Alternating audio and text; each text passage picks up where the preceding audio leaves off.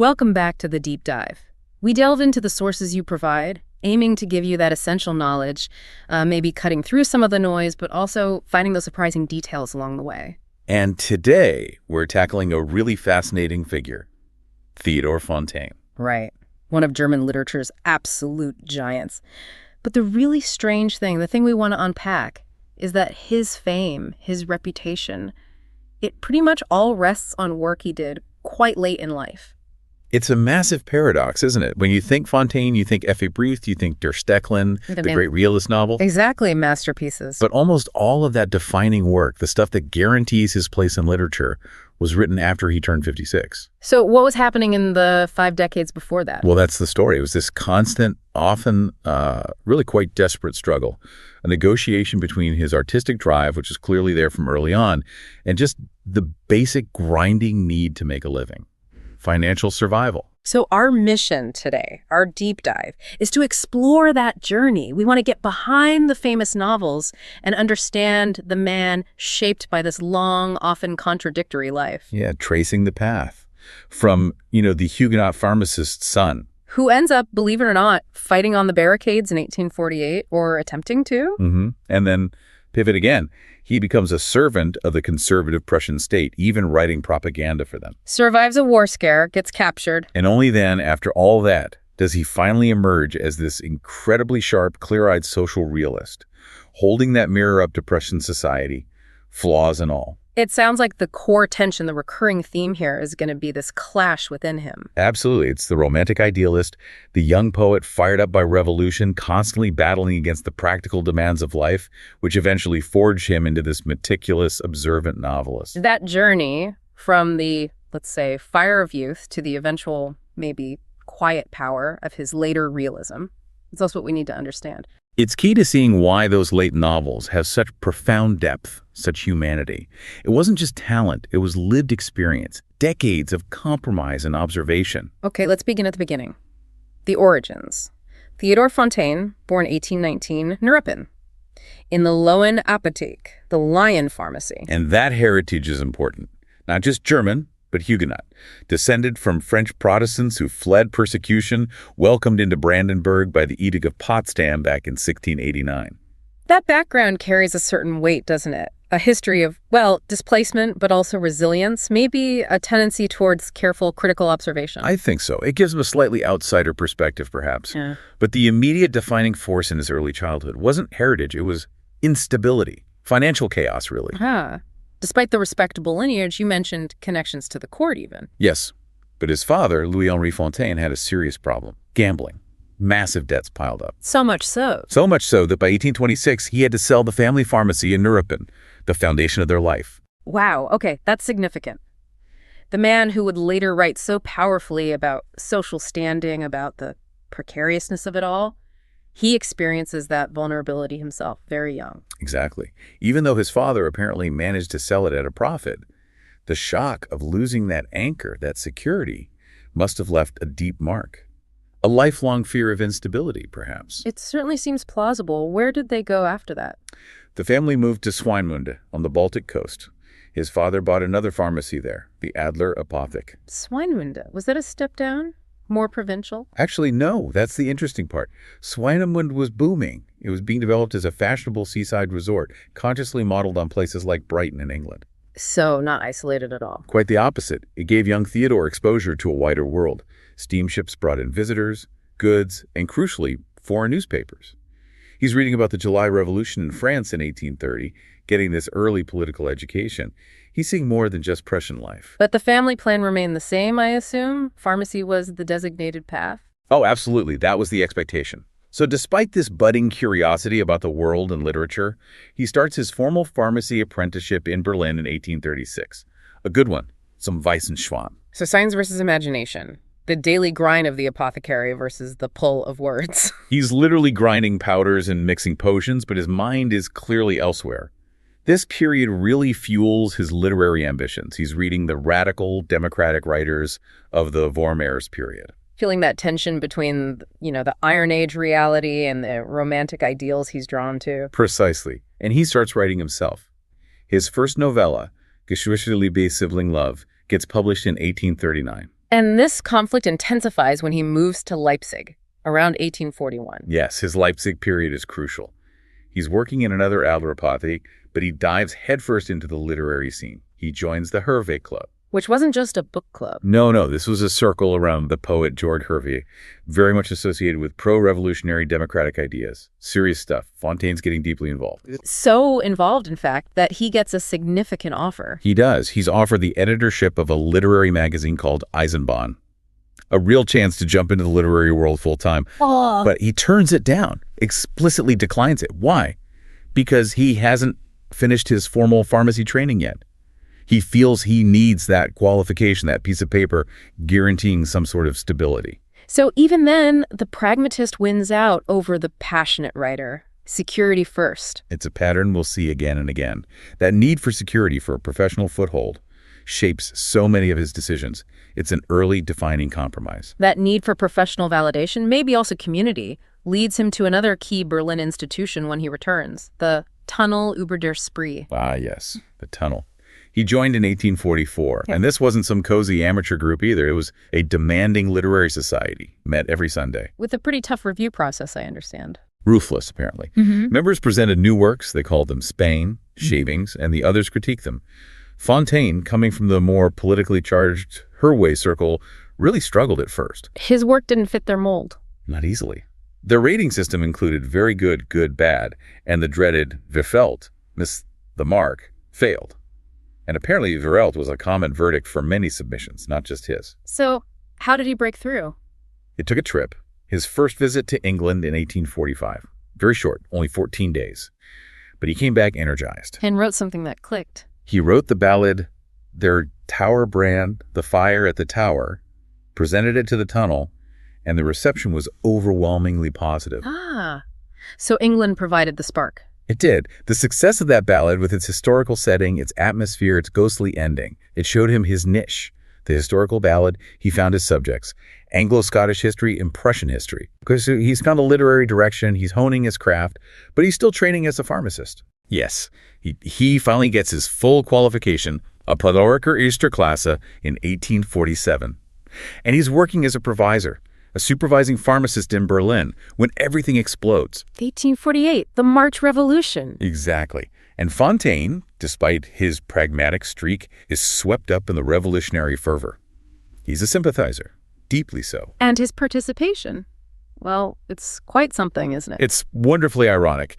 He genuinely tries to have his moment of heroism as held in wild ball, and he grabs a small rifle, apparently from a theater's prop store. Seriously? Seriously. Then he runs to the local church, tries to ring the storm bells to summon the citizens, but the pole he finds is too wobbly, and he fails. It sounds almost like something out of one of his later novels, the gap between intention and reality. Absolutely, and the best part is his own reflection on it.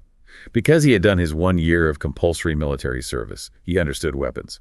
He later admitted he loaded his borrowed musket with so much powder, if it had actually fired, it would have been far more dangerous to him and anyone nearby and to any enemy soldier. He called his actions a sad childishness. He did. A moment of revolutionary zeal completely undermined by practical incompetence and a sudden awareness of the absurdity. But the failure of the revolution, the conservatives regaining power, that didn't immediately silence his political voice, did it? He wrote some pretty fiery stuff around this time. Incredibly fiery. He was writing for democratic publications, arguing passionately that for German unity to happen, Prussia itself had to be dismantled. He actually wrote, Prussia was a lie. He did. Prussia was a lie, the light of truth breaks forth and gives death to the lie.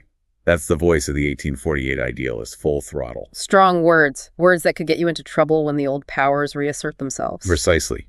And he knew it. As the conservative reaction set in, he became fearful of reprisals. So he found a strategic retreat. Not leaving Berlin, but taking a job managing the hospital pharmacy at the Diakonisshaus Bethanien. It was just outside the city gates, a bit removed, offered some protection, and crucially gave him time for his own writing and interests. A kind of internal exile. A temporary measure. Yes. And when that position ended in 1849, he reached a breaking point. He was tired of the compromises, tired of pharmacy. He made a declaration, didn't he? A very dramatic one. He declared he wouldn't crawl back into the miserable average box of pharmacy work. He decided, it is best for me to hang the whole caboodle on the wall and stand on my own 2 feet, whatever the risk. Hang up the apron for good. become a full-time writer. That was the decision, a bold leap into the unknown. Followed almost immediately by another reality check. Marriage. In 1850, after a long engagement, he marries Emily Ruined Kummer. And marriage means responsibility. It means needing a stable income. Right now. So the Grand Declaration of Independence meets the immediate need to pay the bills. And within months, leveraging the connections he'd made, he lands a job. A civil service position in the Prussian Interior Ministry's Literarisches Cabinet. The irony is just staggering. Isn't it? The man who just months before was calling Prussia a lie, arguing for its dissolution, is now on the state payroll, forced back into service by the simple, unavoidable necessity of supporting his new family. It's the ultimate compromise, the revolutionary idealist versus the need to eat. And this initial compromise, this acceptance of working for the very system he opposed, sets the stage for the next quarter century of his life. It casts a very long shadow. What does a writer do when art doesn't pay, but the state does? That shadow fell quickly, didn't it? The job in the Literarisches Cabinet. It wasn't exactly long-lived. No, lasted barely 5 months. Otto Theodor von Manteuffel takes charge, a staunch conservative determined to purge any lingering liberal or democratic elements from 1848. Fontane, with his known sympathies, was out. So, back to square one, scrambling again. Desperately. And this leads him back into government service, but this time in a much more compromised position. In 1851, he gets a job at the Central Stelle for Pressurigeleigenheiten. Which was basically the state's press office. It's propaganda wing, essentially. Monitoring the press, influencing narratives, placing pro-government articles. This must have been incredibly difficult for him, ideologically. The sources make it clear it was humiliating. He wrote to friends about the sheer embarrassment of it. He had to compose, and get this, a Glorifikationsgedicht für Herrn wie Manteuffel, a poem glorifying Manteuffel. The very man who represented the conservative clampdown. Exactly. Fontane describes the poem with bitter sarcasm. The minister-president crushes the unavoidable dragon of revolution. Very nice. You can just feel the self-loathing. Selling his pen quite literally to survive, he was. And this difficult compromise path leads to his next major chapter, the England assignment. Right, he spends a significant amount of time there, 1852 to 1858. 6 years. His official role was essentially as a press attaché or cultural observer for Berlin, analyzing the English press, especially during the Crimean War, reporting on British society, politics, culture. 6 years is a long time to be immersed in another culture. What impact did it have? Profound. It exposed him directly to a functioning, relatively stable constitutional monarchy, very different from autocratic Prussia. It deepened his interest in history, landscape, and narrative. And led to his travel writing. Yes. Most notably, Jenseits des Tweed, Beyond the Tweed, published in 1860 after a really important trip to Scotland. He visited Abbotsford, Sir Walter Scott's home. Scott, the great historical novelist. Precisely. Fontane was deeply impressed. He saw Abbotsford as the place where the miraculous tree of Romanticism drove its most beautiful and, above all, its healthiest blossoms. Finding that romantic historical spirit rooted in the Scottish landscape, it made him think. Made him think about his own homeland, Brandenburg. He looked at the Scottish locks and castles and suddenly saw the equivalent potential in the lakes and manor houses around Berlin, like the Rheinsberger See and Schloss Rheinsberg. And that spark ignites the massive project that would define decades of his life. The Wanderungen durch die Mark Brandenburg. Walks through the March of Brandenburg. Exactly. It became his magnum opus of nonfiction, an immense undertaking. It took him over 2 decades to research and write the 5 volumes. This wasn't just casual rambling and description, was it? Not at all. This was deep, meticulous historical research. He dug into family archives, church records, local legends, interviewed people. He essentially created the historical and cultural image of the Mark Brandenburg for generations. It demanded incredible diligence and a mastery of detail. And this focus on verifiable detail, on history, on landscape, it seems like a crucial step towards his later realism. He certainly saw it that way. He later said that it was only after completing the Wanderungen that he considered himself a true literary artist, someone who practiced writing as an art form, not just a job. But even while dedicating himself to this huge project, he still had to earn a living. When the Manteuffel government finally fell in 1858, his London post ended. He returns to Berlin, unemployed again, which forces him into his next long-term journalistic role. 10 years at the Neue Preußische Zeitung, better known as the Kreuzzeitung, which was deeply conservative. Extremely. The newspaper of the Prussian Junkers, the landed aristocracy, conservative pastors, the military elite. So the contradictions just keep piling up. The 1848 sympathizer is now writing for the voice of the old Prussian order. He had to adapt his tone, his political commentary. Critics pointed out a shift towards a more German national, sometimes anti-democratic stance during this period. But this platform, however uncomfortable, gave him something crucial. Stability and access.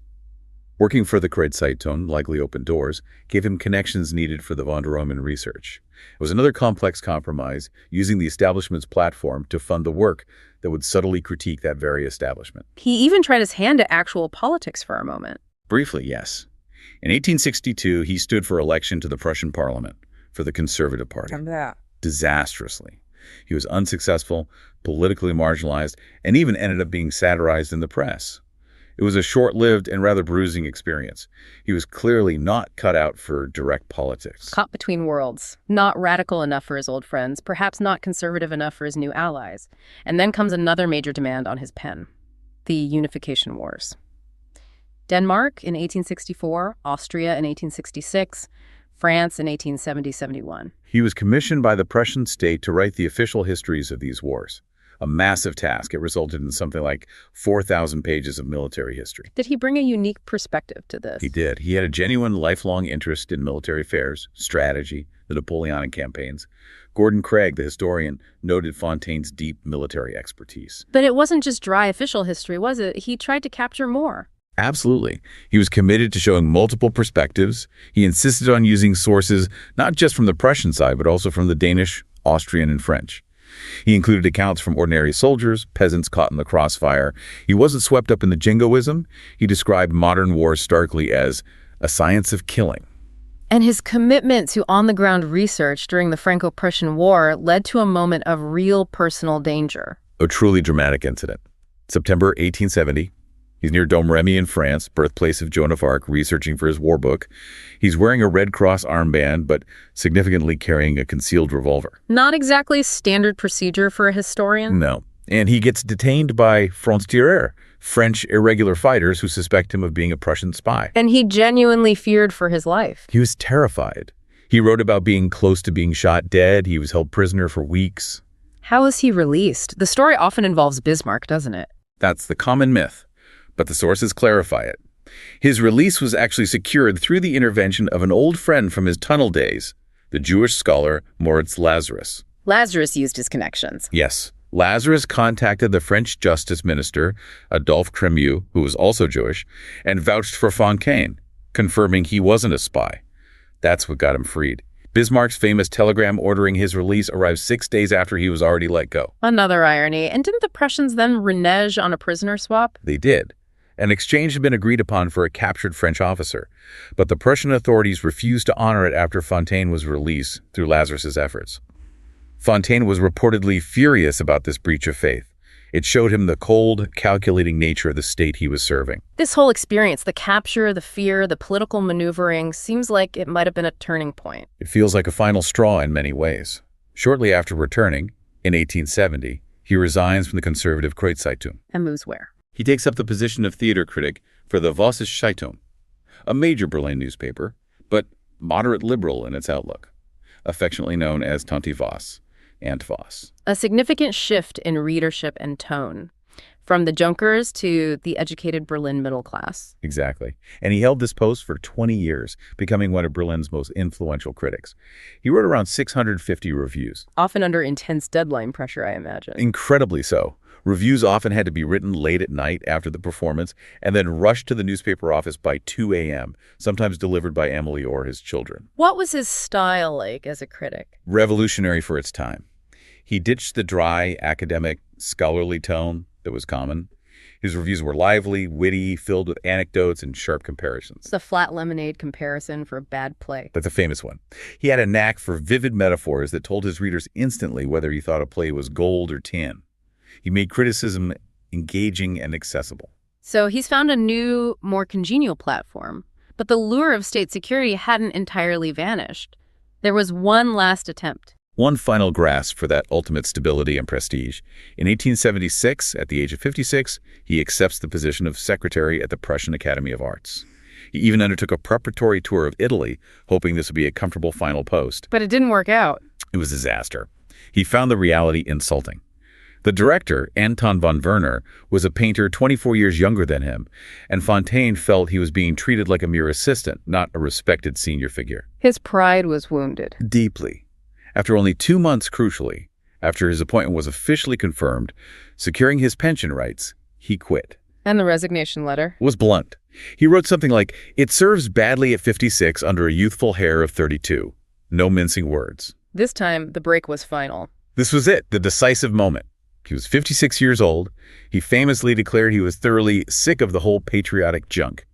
He was finally completely free from state obligations, from the need to compromise his voice for a paycheck. 25 years of walking that tightrope between his conscience and necessity were over. And he now had the freedom, the perspective, and crucially, the deep, nuanced understanding of Prussian society gleaned from decades of observation and research for the Vondrauen to finally become the novelist he was always meant to be. The stage was set for his greatest act. So, free from the patriotic junk, Fontane, at 56, turns his full energy to the novel, and he comes to it with a very clear idea of what he wants to achieve, a specific literary program. Yes, he wasn't just dabbling, he had a mature vision of realism. For him, the modern novel's job was to create an illusion of reality, to function as a Zeitbild. A picture of the time, capturing the era. Exactly. And this is key not to preach.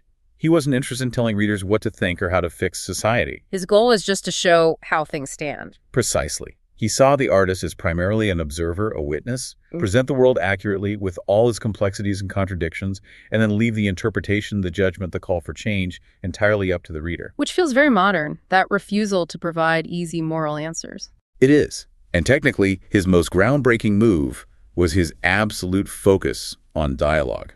Over narrative description or internal monologue. Why was conversation so central for him? He believed dialogue was the truest path to revealing character, far more than what a narrator tells you about someone. How people speak their word choices, their rhythms, their evasions, what they don't say that reveals everything, their decency or unreliability, moral convictions, and social prejudices. He called himself a portraitist and causeur, a portrait painter and conversationalist. Yes, he crafted conversations that feel incredibly authentic, natural. This allowed him to step back as a narrator. He wasn't the omniscient, judgmental voice pulling the strings. He was beobachtend, observing. And this technique connects to that important German concept, Bedeutungsoffenheit, openness to interpretation. That's the result. Yeah. Because he presents these characters largely through their own words and interactions within their specific social context, he doesn't force a single meaning. You, the reader, have to weigh the different perspectives, understand the pressures, grapple with the ambiguities. There isn't one correct way to read the situation. No. And that's what makes his realism so psychological, so enduring. It reflects the genuine complexity of human lives caught within powerful social systems. To produce this string of major novels in his 60s and 70s must have required incredible discipline, but also support. The sources mention his family workshop. Oh, absolutely crucial. His wife, Emily, was the anchor. While they certainly had their tensions over his career choices and finances over the years. Understandably. She was his manager, his first reader, his sharpest critic sometimes, his editor, his bookkeeper. She handled the demanding logistics of publishing novels in serial installments, which was the standard way then. And the children helped too. Yes, especially later. They helped with correspondence, networking. His son Friedrich eventually became his publisher. It was very much a collaborative family enterprise, enabling his late-life productivity. And when we look at the novels themselves, particularly his portrayal of women, he seems remarkably progressive for his time. He genuinely seems to have admired women's intelligence, resilience, and emotional depth. He often depicts them as the stronger part in relationships, like Line and Irrungen, Wirrungen, delusions, confusions. And he uses these female characters to critique the society that constrains them? Powerfully so. His great heroines, Effi Briest, Melanie van der Straten in L'Adultera, Cecile Stein, they aren't brought down by inherent flaws or vices. They are crushed by the rigid, often cruel social codes of Prussian society. Especially the harsh marriage and divorce laws, the double standards regarding honor. Exactly. Prussian law at the time was brutal, particularly for women accused of adultery. Loss of children, financial ruin, social ostracism were almost guaranteed.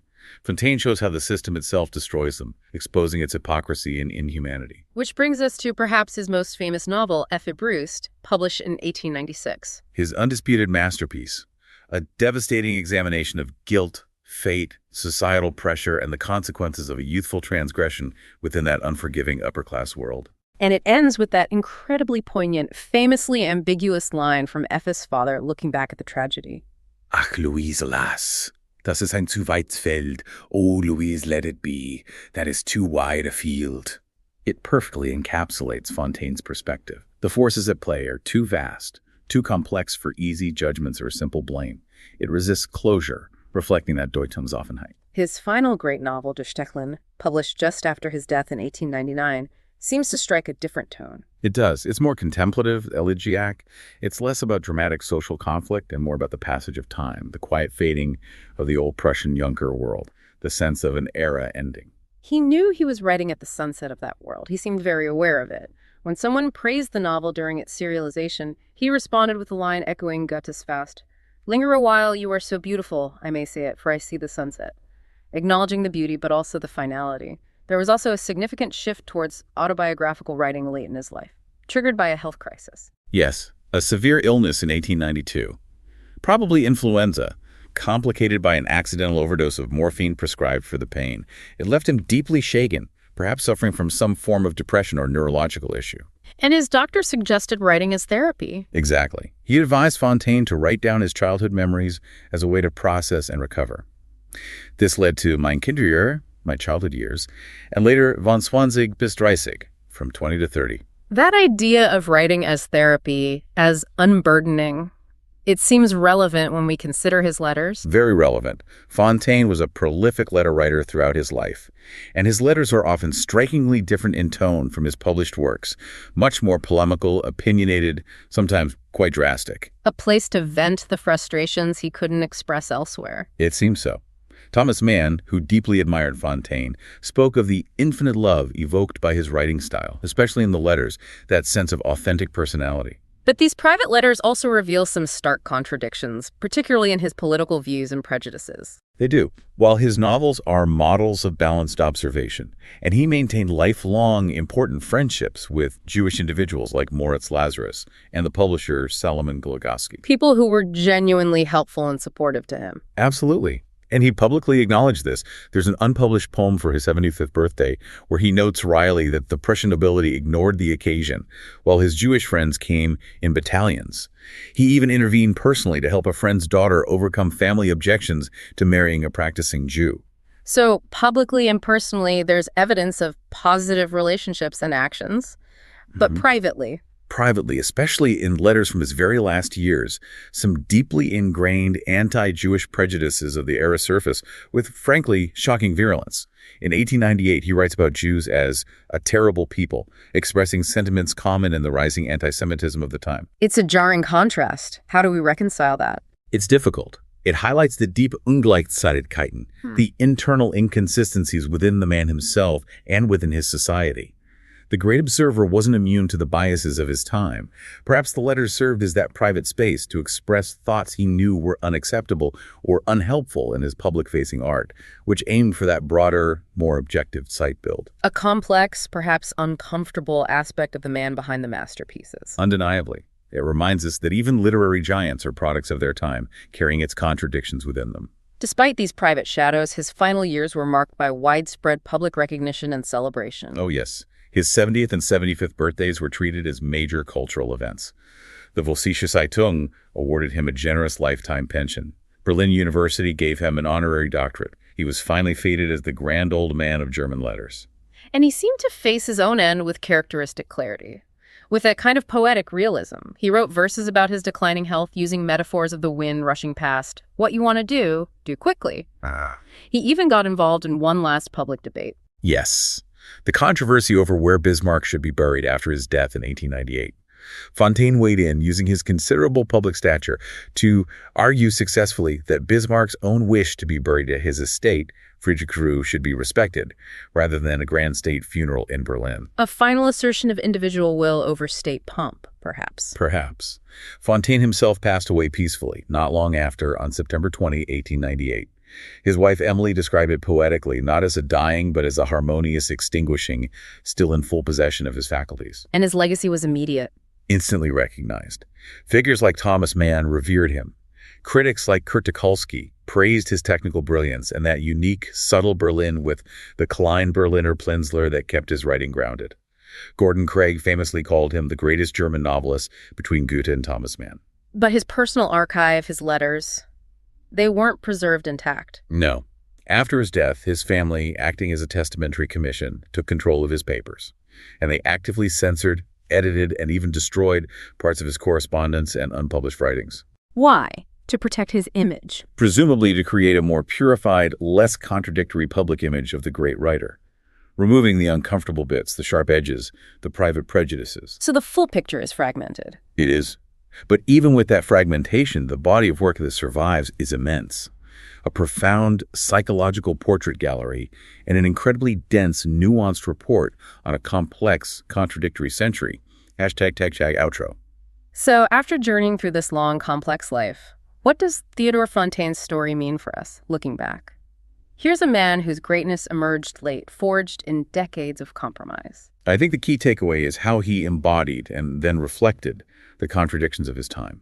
The revolutionary force to serve the state, the romantic who mastered realism, the pharmacist who found his true chemistry in human dialogue. And the social observer who privately held on to some of the very prejudices his work implicitly critiqued. Exactly. His genius wasn't in finding neat solutions or easy moral stances. It was in capturing the Ungleichzeitigkeiten, the jarring inconsistencies, the overlapping, conflicting realities of 19th century Germany. The old world living alongside the new, the idealism next to the cynicism. Precisely. And by focusing on observation, on dialogue, on showing rather than telling, he achieved a psychological depth and a refusal of simple answers that feels incredibly modern. He showed how individuals are shaped and sometimes broken by the collision of societal forces. And his dedication to the small things, the local history in the Wanderung, the intimate dramas in his novels, it challenges our ideas of what's important, doesn't it? Absolutely. He demonstrates that the supposedly minor details, a conversation, a landscape, the fate of one woman like Effi Briest hold as much truth, as much weight, as the grand narratives of politics and war. He insisted that the small wasn't small at all. So the final thought for you to consider. If Fontane's premise holds true, that our own seemingly ordinary, often conflicted lives carry the same significance as grand history, then what are the contradictions we live with? What compromises shape our own understanding of the world? What private beliefs clash with our public personas? Fontane's work, born from his own shadowed life, invites us to look closely at the complex, often uncomfortable realities within ourselves in our own times. What is the hidden story in our own struggles?